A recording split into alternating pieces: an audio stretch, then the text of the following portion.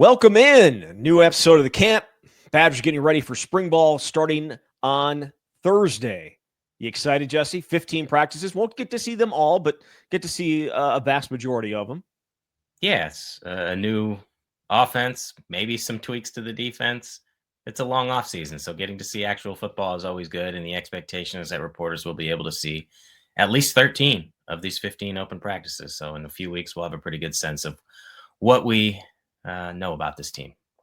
Will we? Well, to that point.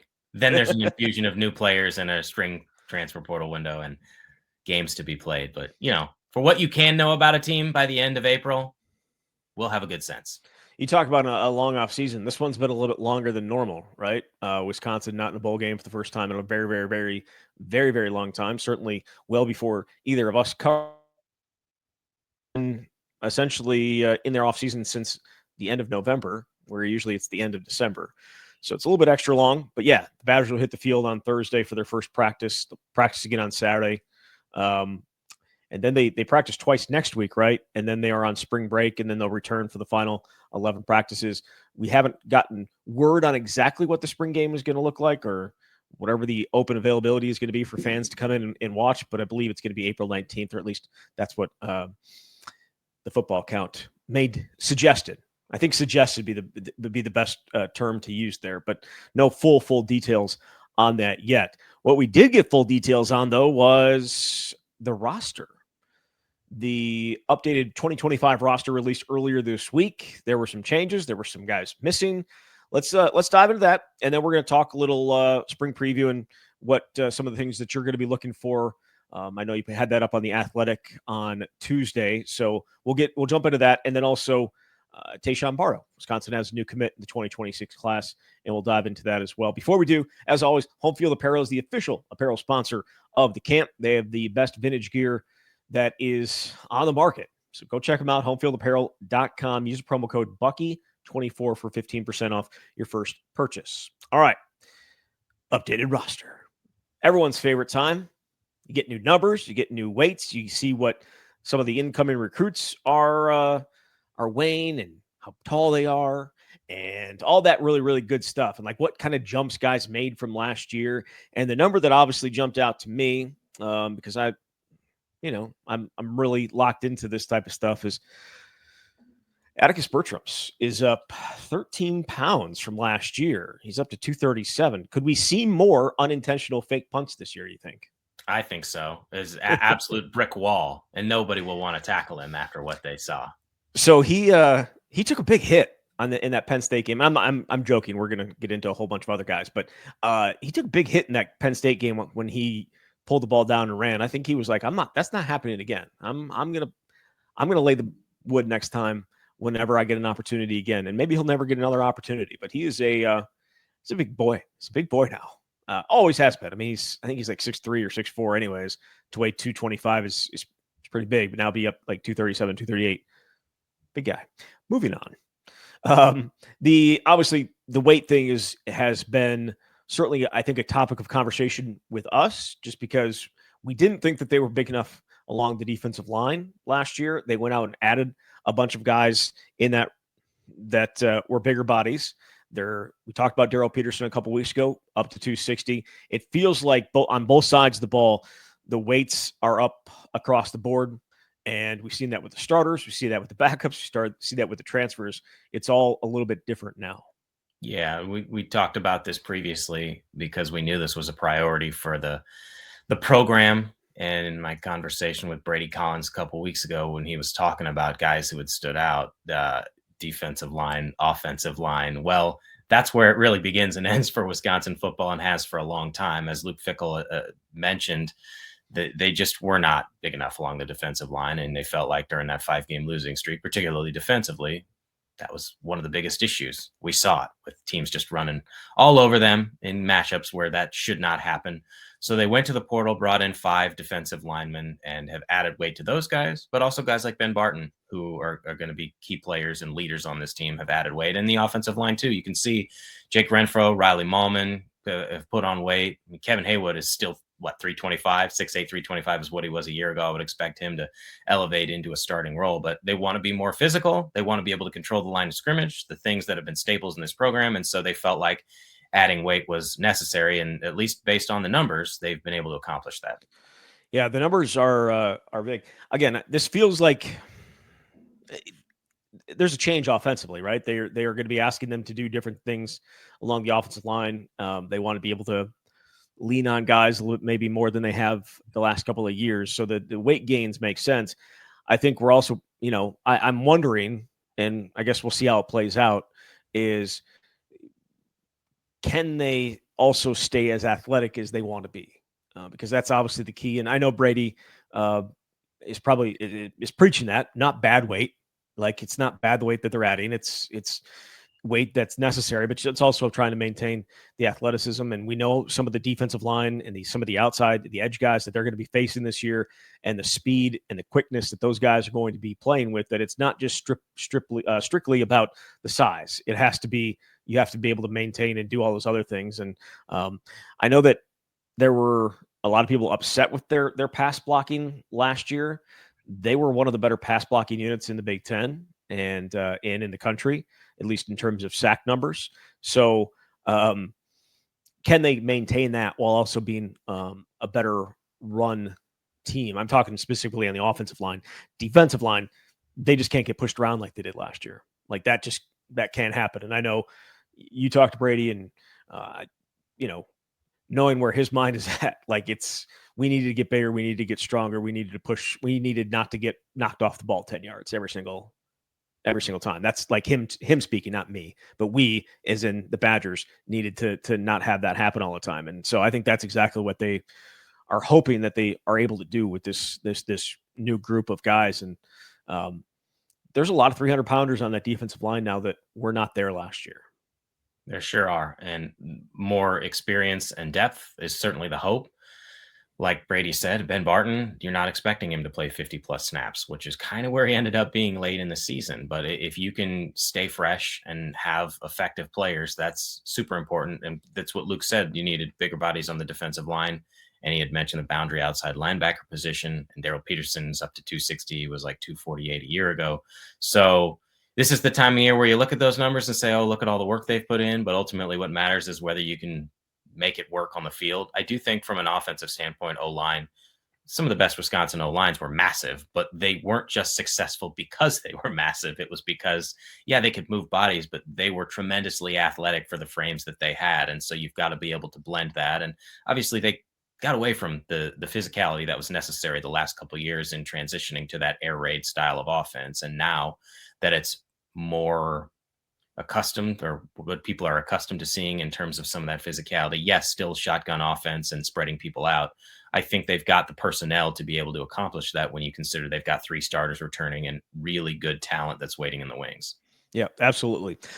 There was also some position changes, but really the one that I think we really were expecting from last year to this year was Jackson Aker. And Jackson Aker's now listed as a tight end. I know that we kind of joked with, or I guess I kind of joked Jeff Grimes. I don't know that he found it very funny, but I kind of joked to Jeff Grimes about, using Jackson Aker as like that fullback, H-back, type of thing. And I still think that's going to end up happening. But he is listed as a tight end. He played running back, played fullback, went back to running back. But I think fullback, H-back, tight end is probably going to be something that they're going to move him around for sure. And I saw him last week at Pro Day, and he looks pretty good size wise to be able to do all those things. And it's not like he's a tall guy, right? Like, same thing with Riley Nowakowski. Riley Nowakowski was what, 6'2", maybe 6'1", something like that. That's about what Jackson Aker is. So he's never going to be your prototypical tight end, but he can do a lot of the different things that you're asking that Jeff Grimes wants to do in this offense. There's no designated fullback on the roster, which is a slight bummer, just because if you wanted to go old school, you do have maybe 2 fullbacks, just FB right there. But he's listed at tight end. Not a surprise, because if they're going to shift this offense and you want someone to be a lead blocker in the backfield in that type of situation, should it arise, he's the perfect guy. He's already played the position. And they're obviously banking a lot on Cade Giacomelli, but this young running back core, because if you move Aker away from running back, and he's listed at a tight end. How many scholarship running backs do you have at this stage? There's 4 of them. There's Cade, there's Darian Dupree, Dylan Jones, and Gideon Atuka. And we know that obviously they did not bring in a transfer portal guy, and they weren't able to land their top end running back in that recruiting class because in part they were banking on the young guys they have. And it's a tough sell if you want to bring someone in and say, oh yeah, we've got 3 running backs, 1 class ahead of you. So I'll be interested to see what happens at running back, but certainly Jackson Aker has a lot of versatility. And it's also worth noting that now he can fill a position that they needed a spot for because Rob Booker is no longer with the program, which is another notable roster omission. Yeah, he, I believe, said, I don't know if he put out a statement or if he just talked to individual people, but I thought I saw it on 24/7 with Evan Flood that it was, to deal with concussion issues and neurological concerns. That's why he medically retired, but it's going to stay involved with the program. So that's good for him. Kid out of Wanakee. The other thing at tight end, and this is not a surprise because, Brady told you that, but Tanner Koziol up to, what was it, 257, right? And when we were at Pro Day last week, I was standing there next to a couple other people, and all of a sudden I heard, "Hey!" And I looked around and I looked straight ahead, and I don't know that I've ever seen Tanner Koziol in person, so I had no idea who he was. But I saw Brady being like 257, 257. I was like, okay, all right, yeah. But no, he does look every part of it. He's a big kid, very, very big kid, and have heard a lot of really good things from his the winter, not just in the weight room, but some of the catches that he's been able to make out on the field. And that's 20 pounds to a dude that wasn't necessarily a huge, being asked to do a ton of blocking at Ball State. And I know that was at least part of the reason coming here. He was going to be able to get some of that pro style offense that he's going to be asked to do in the NFL, right? Like if he wants to play in the NFL, he's going to have to do a little blocking, and size wise, he feels like he's right there with it now. The other thing at tight end is Tucker Ashcraft has changed numbers, a rather significant change, going down to number 11. A little Owen Daniels action for you if you're that old, which I am. So yeah, it's he's changed numbers a little bit as well. But I do like the tight end group. I'm interested to see if Grant Steck can, find a way or find some kind of role on here. What is JT Seagreaves like? How does that play out as well? But Tanner Koziol is obviously the one that we're going to be a lot of eyes on this spring for sure. He's the headliner because of what he put together statistically at Ball State. And when he went into the portal, was one of the top 3 tight ends in the country. So for Wisconsin to be able to land a presumed playmaker at Wisconsin, he did it at Ball State. It's going to be a different type of offense, but you don't bring a guy like that in, and you only bring 5 offensive players in the transfer portal this offseason, unless he's your instant impact guy with 1 year left. So I don't know statistically what that's going to look like, but I think we're going to see him and Tucker Ashcraft on the field together a lot. And the Jackson Aker bit is intriguing too, because again, of his versatility. JT Seagreaves has done a little bit in spurts, and Grant Steck, I think both of us were pretty high on coming out of high school. There's a learning curve, but physically he was ready right away. So now that he's got a year of this system, yes, it's a new offense, but just strength and conditioning, being around this group, can he make an impact? It's probably, at least in recent years on paper, one of the more talented. And Jackson McGowan is still there. But we've been talking about tight ends and whether they can make a jump for quite a while, and it has not necessarily been there since we saw Jake Ferguson on the field, because he's an NFL tight end. So will it look like that? I don't know, but it's probably the best group they've had in the last 4 years. Yeah, I would agree. Back to the running back. You mentioned Cade Yakimelli, right? I don't know if I'm sure a lot of people that are watching this also follow him on Instagram. He is just a workout all-star. He does not look human in the weight room.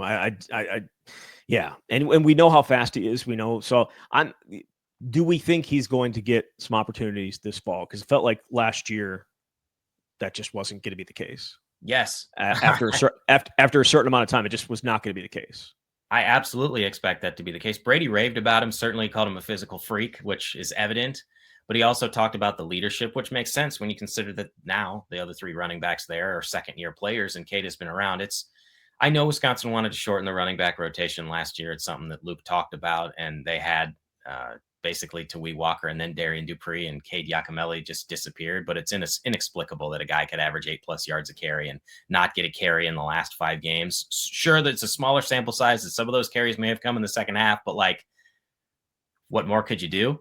I think this year he's got to be a part of this because you've got 3 second-year players, and Darian Dupree, to me, in position to make a huge leap as a sophomore. Dylan Jones showed a little bit, had a 47-yard run against Purdue late, but Cade has to be a factor if that's your running back rotation. And I'll also I wonder, I don't know if they're going to do this, but in the spring transfer portal window, do they look at this and see, was 4 scholarship running backs enough? On the other hand, if you do that, you risk alienating your current group of young players. So it's a delicate balance to strike. But like last year, they had 8 scholarship running backs, and they had so many that they moved Nate White to wide receiver, but they went into last season with 7. Maybe that's too many. 4 feels like not enough. Either way, I think Cade Yakimelli is going to be a factor. It's funny you say that just because we talked about the year before not having enough guys because it was Braylon and Chaz, and then obviously Jackson Aker and Cade, and they felt like they didn't have enough guys, and so they went out and added all the guys that they did, and now they've gone back the other way with it. It's also a delicate balancing act because you don't want to piss people off, but at the same time, you need to have enough to get through a season.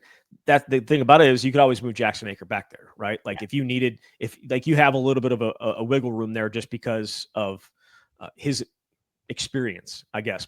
The other thing at running back, Darian Dupree is up. He's up over, I think he's like 213 now. So he has put on some weight. 212. Dylan Jones is at 205. Gideon Atuka's lost a little bit. He's down to 227. Still probably going to be able to run through some people at that. But the intriguing aspect of the position is now Darian Dupree's a single digit. And I don't know about you, but like when you put the single digit on, and I know 13's not bad, not a bad number, but six might be a devastating number for Darian Dupree. I feel like it's going to be a pretty special one for him. Getting Atuka's number 10, so that looks good. Dylan Jones is already number 7, so he was living at a different level last year than those other two, just because of the number itself. But I like the number choices by those 3. I've heard you hypothesize this before. The single-digit guys automatically become a little bit faster, and who am I to argue with that science? I don't think you can. And there's also no one's number 1 right now.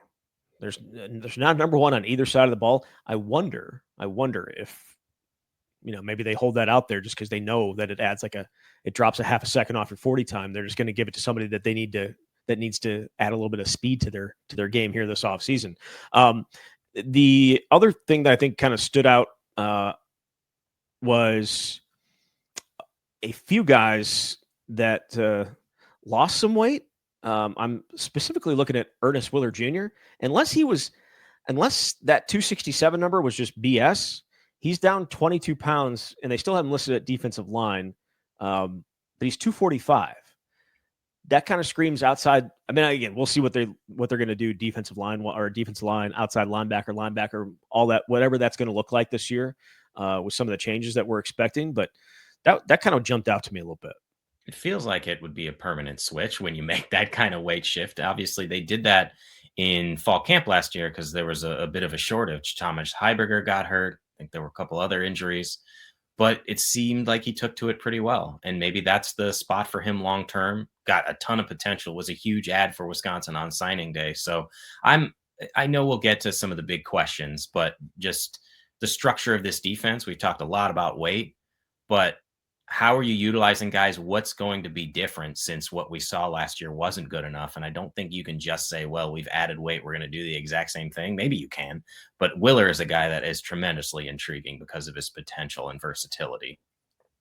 Also, they no longer have outside linebackers. I don't know if you noticed that or not. Just LB. Excuse me. They're no longer listing inside linebackers as inside linebackers. It's just linebacker. So there are several guys that I think that we would expect to play inside, like Allegro and Tackett Curtis. But then there's also Sebastian Cheeks, who's listed as just an LB.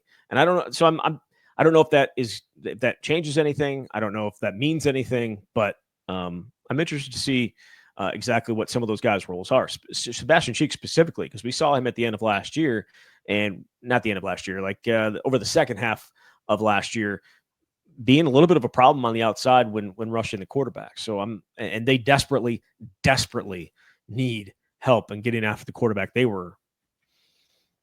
Is it fair to say, is horrendous too much? They weren't good. They weren't good. What was the number? What was the number? What was it? How many sacks? Or no, where they ranked in the country in sacks and tackles for loss, because it was like there was one team worse than them. I think it was near the bottom. It was bad. And obviously that speaks to the issues with the front. And Cheeks was another guy that ended up moving in fall camp, because he was inside and he found a home outside and ended up being one of those guys that you could put in, especially as like a third down pass rushing type of guy, because of his skill set. So they've got a lot of options, but options and productivity are two different things. Right. Like they have Corey Walker listed as an outside linebacker. Is that accurate? He's 292 pounds. Edge.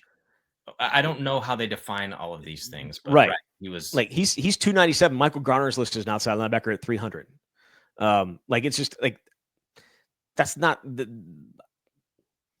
It has to be like, I guess you'll find out on Thursday, but it seems off. They've got to do something different. So they obviously have a plan. I'm interested to see what exactly that looks like. Yeah. All right. The other thing at linebacker, Christian Allegro may have lost a half a step because he's now wearing number 0. Why are you anti-0 if you're all into the single digits? As far as I 0 is not a single digit. Well, what is it? It's not 0. 0 is not a number. I feel like this is a real existential conversation here. 0 is not a number.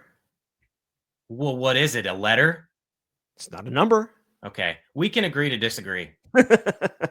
I don't know. I was hopeful that when Braylon Allen came in and took it, that he was going to be so good and so amazing that they were going to have to retire it, because I didn't want to see 0 again. But John Pius had it last year, and now Christian Allegro has it this year. I think Christian Allegro is going to have an amazing season, so maybe he has just like a ridiculous final 2 years at Wisconsin and they retire it. I'm just not a huge 0 guy. Just not. So I feel like go ahead. The only thing I don't like about 0 is how close it looks to 8 from afar. That's the only thing that matters to me. Who is that guy? Well, we're going to know because he's got the flowing locks. Yeah, but like specifically with this group, like John Pius and Leon Lowry last year, that wasn't fair. They played the same position. They are about the same size. The 0, like it was impossible to tell exactly what it was. This year, Christian Allegro and Vinny Anthony is 0 and 8. So I think you'll be able to tell those two apart pretty Different sides of the ball. Yeah, that's it. That's the part that's easy to tell the difference between. So that was the roster a little bit. Was there anything else that jumped out to you? Just trying to look at some of if there were some other changes here or there. Go ahead. The thing that every year it's always interesting to see the high school guys that early enrollee, largely because their weights are from God knows when in high school and how accurate they are and how much dudes who are 17 and 18 have changed. But by the time they get 8 weeks in the program, they've all gained 25 pounds. Like Carter Smith is 197, right? Right. He was 179. I think when I talked to Brady 2 weeks ago, he was 193. So, I blinked and he gained 4 pounds. But all that stuff is good weight and why a lot of these guys enroll early to get in this program. So be interested to see whether any of those 15 early enrollees can make some noise. I'm trying to think of the ones that potentially could. Is there anybody that stands out to you? It's hard to know because of how many bodies there are. There are people that have generated some buzz. We heard a lot of good things about Eugene Hilton Jr. Billy Edwards Jr. mentioned him specifically among some of the guys that had stood out, and I know Brady did too. But that's a really deep wide receiver room. and could go certainly down the list of guys who have gained a lot of weight. The Carter Smith one is interesting because there's only 3 scholarship quarterbacks. So unlike some of these other years, he's going to get a lot of reps, even if it's with threes. That's a ton of opportunity in spring ball. Yeah, it'll be interesting to see how that all plays out. They have a couple of guys that are definitely not true freshmen listed as true freshmen on the roster. I don't know if you saw that. Like a Mark Hamper, definitely not a true freshman. Tyrese Fearbury, not Maybe they hope they are. Yeah, right. And Tyrese Fearbury also listed there. So maybe there's some issues with the roster. I don't know. I guess you'll find out on Thursday. But yeah. All right. Well, that was the roster. I'm trying to think if there was anything else that truly jumped out number wise or otherwise. There will be more insight on the next show after a couple open practices. I mean, there will be insight from you. Yes, there will be. Well, you're going to be at the Big Ten tournament. You're still working, Yeah, it's not like I'm just sitting at home not going. It's not like I'm sitting at home not going. It's we're gonna go down and see if Wisconsin can right the ship. This is the camp, though. We're not the swing. This is not the swing. This is the camp. Don't want to talk about Wisconsin basketball if there's some Marquette people listening. So, all right, let's move on to a little spring preview here because it is a big spring for the Badgers. They, after what happened at the end of last year, losing 5 straight for the first time since 1991. Yeah, that is correct. Right. Barry Alvarez's second year, I think they lost 6 straight. So they have some work to do, and they've got a whole bunch of new guys to do it. You put together a list of some of the things to watch. What was number one for you? What's at the top of your list? For me, it's got to be the new offense. We can talk all about these weight changes and all that, but this is year 3 for Luke Fickell, and it's a reset, really, because you brought in Jeff Grimes. We maybe have a sense of what it's going to look like because he's been an offensive coordinator at 3 previous stops. And even though that he's talked about getting back to what Wisconsin is known for, it's going to be done in a different way. You look at what he did at Kansas, they still ran out of the shotgun 97+% of the time. So I would expect that to be the base, and 11 personnel with 3 wide receivers. But he loves the 2 tight end sets. There's going to be more physicality, presumably, more opportunities to do some different formations and things like that. I wouldn't expect a lot of empty 5 guys out, maybe sometimes. But it's a different approach, and the hope will be that this better blends whatever worked well under Longo with what worked well for Wisconsin before. So I want to know what that looks like, because it is an entirely new offense for these guys that just, if they've been around, just learned a new offense previously. Yes, they did. I'm intrigued, and maybe we'll get into it, but intrigued what we see at quarterback, because last year, or I should say 2 years ago, Tanner Mordecai far and away grabbed that. It wasn't even a question. Braden Locke was the number 2 guy. And then there was just no question. It was Tanner Mordecai. Last year, we saw a little bit of competition. This year, obviously, it feels like Billy Edwards is going to be the guy and just take a majority of those 1 reps. And I'm interested to see what that looks like with this new offense. So another question they can answer is on the defensive side of the ball, and maybe some of the changes they're going to be making there. Right. Well, I mentioned this before. Obviously, we know they've talked quite a bit about adding weight, and we just addressed it with the roster and what's different with some of these defensive linemen and edge guys, however you want to define them. But I do wonder whether there are any other structural changes, or if they just feel like, look, all we needed were to be 20 pounds heavier at X position. I don't know whether you can just say that based on everything we've seen the last 2 years, but for 2 years, Mike Tressel has been trying to marry what he did well at Cincinnati with what had worked previously at Wisconsin, and it just has not come together. I don't know what this looks like. I mean, do they feel like they do the 3-3-5 more, or do they? I don't know necessarily, but I think that there's got to be more than just we're going to do the same thing with bigger bodies. What do you think? I guess I'm just tired of seeing a ton of 2 down linemen when it's clear that they're running the ball. And yes, I get some of that is dictated. So yeah, maybe some of the 3-3-5, but I don't want to see. I don't want to see Daryl Peterson with his hand on the ground in a running situation. I just don't. And he's up to 260. I get that, But this is the Big Ten, and teams are going to take advantage of you, and that's exactly what Iowa did. And I know, like we talked about it when it happened against Iowa, or maybe it was at the end of the year when we had a chance to ask Tressel again. I was like, "Do you make changes?" And he goes, "Well, we went to the big nickel, right? But then we don't want to get caught off guard." And I'm like, "Well, it's Brendan Sullivan. He threw the ball 10 times. They're not going to throw the ball. They're running over your ass, like So I'm not going to pretend that I know. I'm definitely not going to pretend that I know everything there is to know about defensive football and how to deal with a power run game. I just know that if there's 2 down linemen and then, 5 DBs, and you've got outside linebackers that are 240 and they're running the ball down your throat, you got to make some changes. And so I think we will see some changes. We saw certainly size-wise, we're going to see changes, but I think we're going to maybe see some different stuff to deal with that. They understand that they have to be better against the run, because if you're not going to stop the run, the problem is they were never good at stopping the run at Cincinnati either. Or I shouldn't say not good, but they were never at the level that Wisconsin was and stop the run like they did in 2021. But they have to be better, because if you're not going to stop the run, it doesn't matter what the rest of you do defensively. So right. they've showed ability to stop the run and to be a good defense against some offenses that maybe aren't trying to bludgeon you, right? Like Oregon wasn't trying to bludgeon them that night, and Penn State not really either. And they played well against those offenses.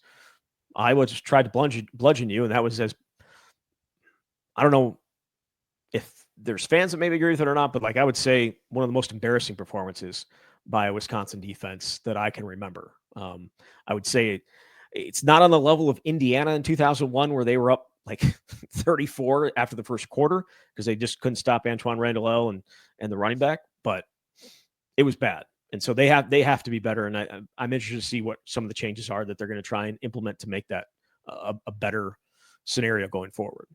Certainly in my time covering the team, it ranks right up there. You give up 329 yards to your rival when you know exactly what they're going to do and you can't stop it, and you have multiple running backs that look like Heisman Trophy candidates, and you're got a backup quarterback who's never going to throw the ball. You lose 42-10. That's about as bad as it is. The problem is that there have been several embarrassing losses in these 2 years, but defensively, they've got to be better. In Mike Tressel's best Cincinnati defense, the year Wisconsin finished first nationally in run defense, that was a great Cincinnati defense. It was second in the country in pass defense. But it wasn't great run defense though. Right. But it's a different style of football now. And so we know what has made Wisconsin successful over time. So absolutely. Those are my top two. Is totally new offense. What's that look like? And defensively, what changes are you willing to make based on what hasn't happened here the last 2 years? Yeah, for sure. So I mentioned Billy Edwards, but I also know that is one of your other key questions is, can he make this offense different? Well, my expectation is that this spring is going to look like it did 2 years ago in terms of he is the guy. I don't think there's any competition whatsoever. You don't bring in a guy who's got 1 year left, who's been a starter in the Big Ten, and pay him presumably what you're paying him with NIL and potential revenue sharing if he is not your 1 year go-to guy. And now that doesn't mean... Didn't they do that last year with Tyler Van Dyke?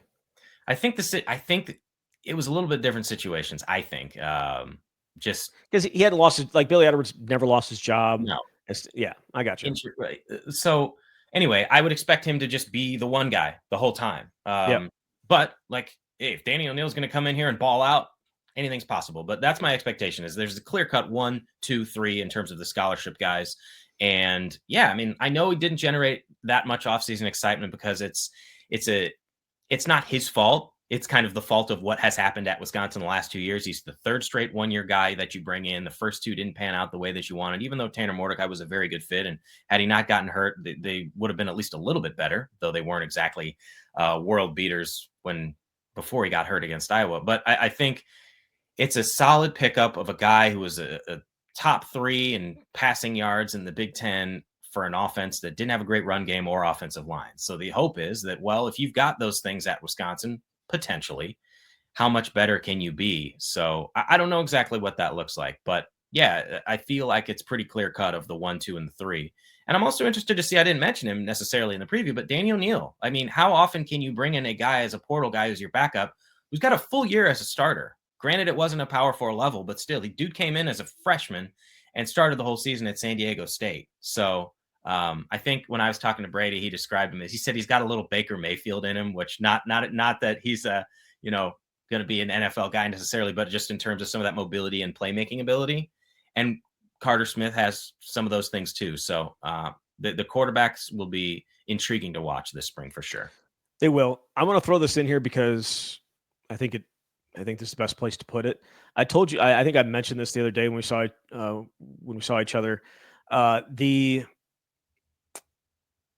Your colleague, maybe your boss. I don't know how high up he is, but Stuart Mandel. He did his mailbag, right? And he was asked a question about Wisconsin, and he went through all the things that are going wrong. And then he was asked, like, is it done? Like, is there a hope for Fickell? And he said, I don't see a lot of hope for Fickell, whose big offseason moves involved hired in offensive coordinator Jeff Grimes, whose fans of his previous school, Kansas, would have packed his bags for him, and landing a transfer quarterback, Maryland's Billy Edwards Jr., who was the Big Ten's 9th-rated passer last season. But I felt the same way about those guys, those earlier guys, guys like Billy Napier and Eli Drinkowitz and Mike Norvell. At this same time in their tenures, so maybe both myself and Alvarez will soon be eating crow, because he also mentioned Barry Alvarez being upset with them running on 4th down and out of shotgun on 4th down. But do you feel that same way? Do you feel very little hope that your guy Stuart Mandel does? I think he said his big bold prediction was that Fickell would be gone this year and he would go back to Cincinnati because it wouldn't work out for Satterfield. I'm not willing to go that far. It's hard to have a lot of optimism about year 3 when you consider who they have to play. And I hate to go back to that every time, but it's undeniable that it's out there that they're going to play one of the most challenging schedules in college football, but potentially in the history of Wisconsin football. I feel like, and I think we were talking about this previously, if in 2019 Wisconsin knew what the Big Ten was going to look like, there's no way they would have scheduled a home and home with Alabama. Should have canceled it. But that cloudies the picture for year 3.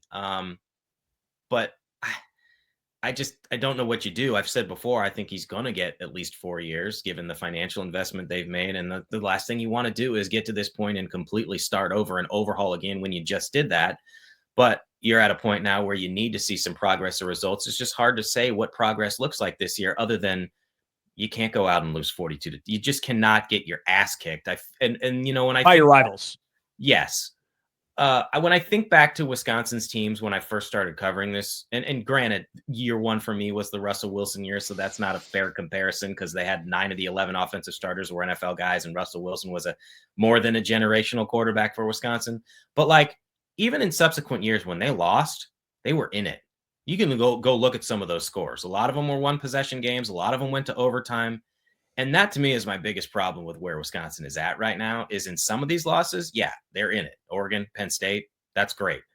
Some of them, they are nowhere close. They look like a JV team, which maybe isn't fair, but like, this is big boy football and you can't lose 42-10 twice in 1 year. So they've obviously got to get back to that. And I just don't know if I have optimism in year 3, but I also don't think this is it for him. Okay.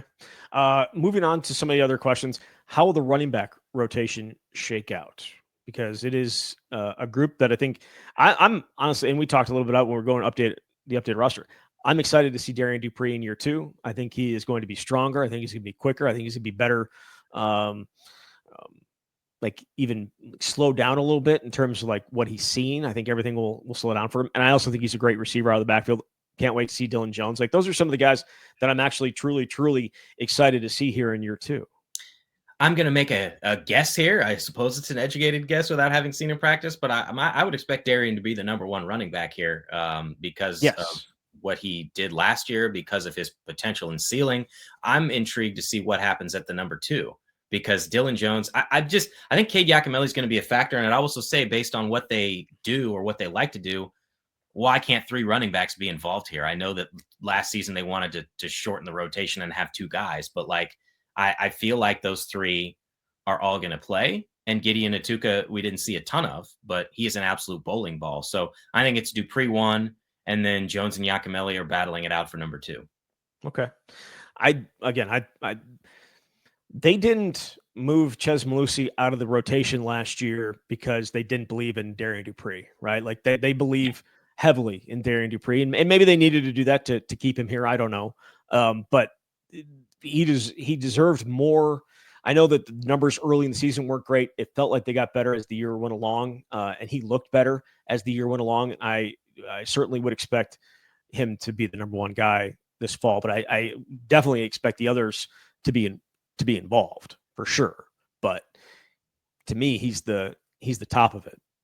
And then your final question was like, what newcomers will stand out as we enter spring here? Yeah, well, they've got 41 new scholarship guys just this spring. Now, Mason Reiger is not going to be participating. He's put out on Instagram. It's actually kind of interesting to follow along his journey of recovery. He had like a titanium rod inserted because he had a third stress fracture in his tibia or something like that. Man, that's a lot to go through. But that still leaves 40 guys that are going to be here that we've never seen at Wisconsin. And so that's a lot of opportunity. They brought in 18 transfers. They've got 15? Well, I guess it'd be 33? I can't remember. My math's not the best. 33 new guys, 15 freshmen, 18 transfers. So maybe it'll be 40 something by the time they get to fall camp. But that's a lot of opportunity. So, we've seen freshmen show up right away, but especially the transfers. Those are guys that they're bringing in with 1 or 2 years of eligibility sometimes. Who's going to step up? Mark Hamper and Jaden Ballard really interest me at wide receiver. Can one of those guys emerge as a starter opposite Vinny Anthony on the outside? If you're going to have Vinny and Tretch Kekahuna on the field a lot, and they're going to play a lot of 11 personnel, who's that other guy? Is it a Joseph Griffin too? Who, he's not a newcomer, but we barely saw him, and obviously he didn't play last year. You could go down the list of positions. We mentioned they've added 5 defensive linemen. I think 8 of their portal additions were either linebackers or defensive linemen. So there's plenty of opportunity out there for guys to take the reins and earn starting spots or spots in the 2 deep. So I scrolled down farther on your article after those 5 questions, and somehow got into your comments there. And my God, always a good place to be. My God, the world is ending in your comments.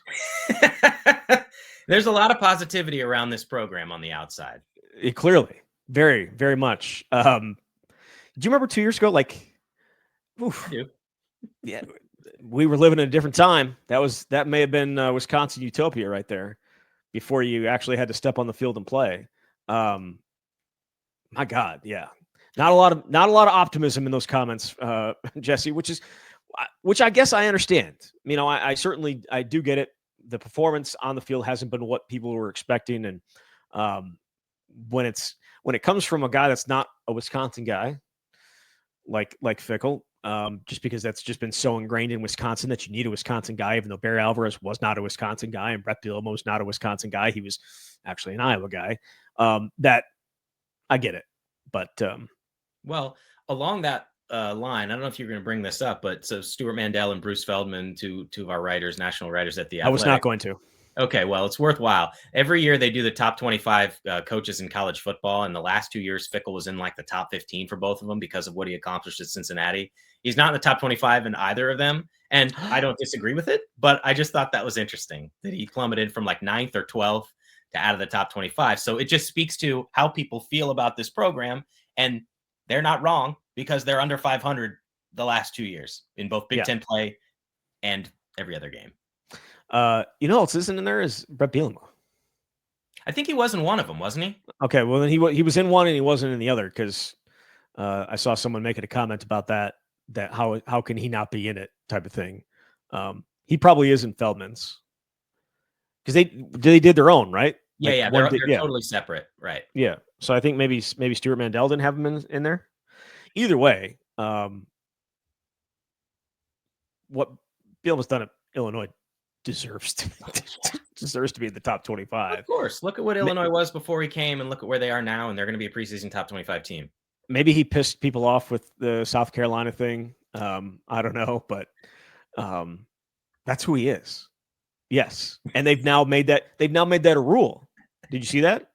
No, what's the rule? Like when you do this, you can't return the kick. Yeah. So, which again, like, it's kind of a dick move to to do this and then return the kick, right? Like you're trying to save guys from injury. That's why you do it. That's why you don't return the kick.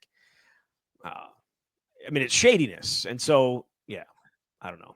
Either way, they're also doing the injury thing too. I think they're cutting back on that as well, and some of the potential penalties for faking injuries and that type of thing. So that was that the Outback Bowl, or not the Outback Bowl, the or LiaQuest Bowl, or whatever bowl it was.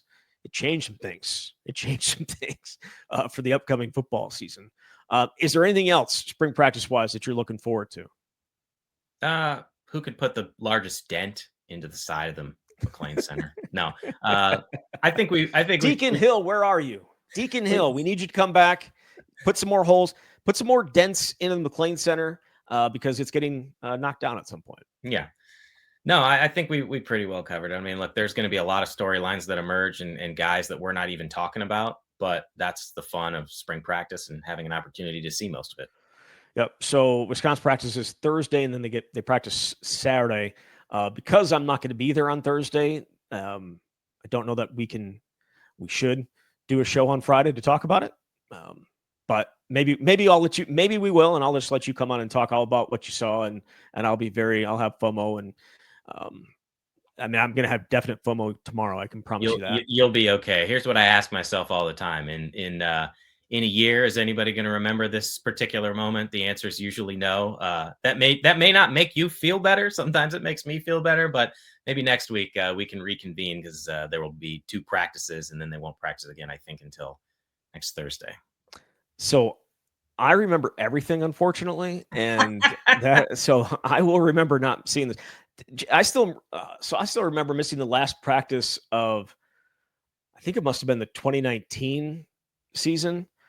Jack Cohn threw like 5 touchdowns like on the final day of spring ball, and I was at the NFL draft, like up in Green Bay covering the NFL draft, and I was like, I don't think Jack Cohn had a really good spring at all. And then you guys, what are you talking about? He had an amazing spring. Do you see what he did on the final day? It's like, son of a, yeah.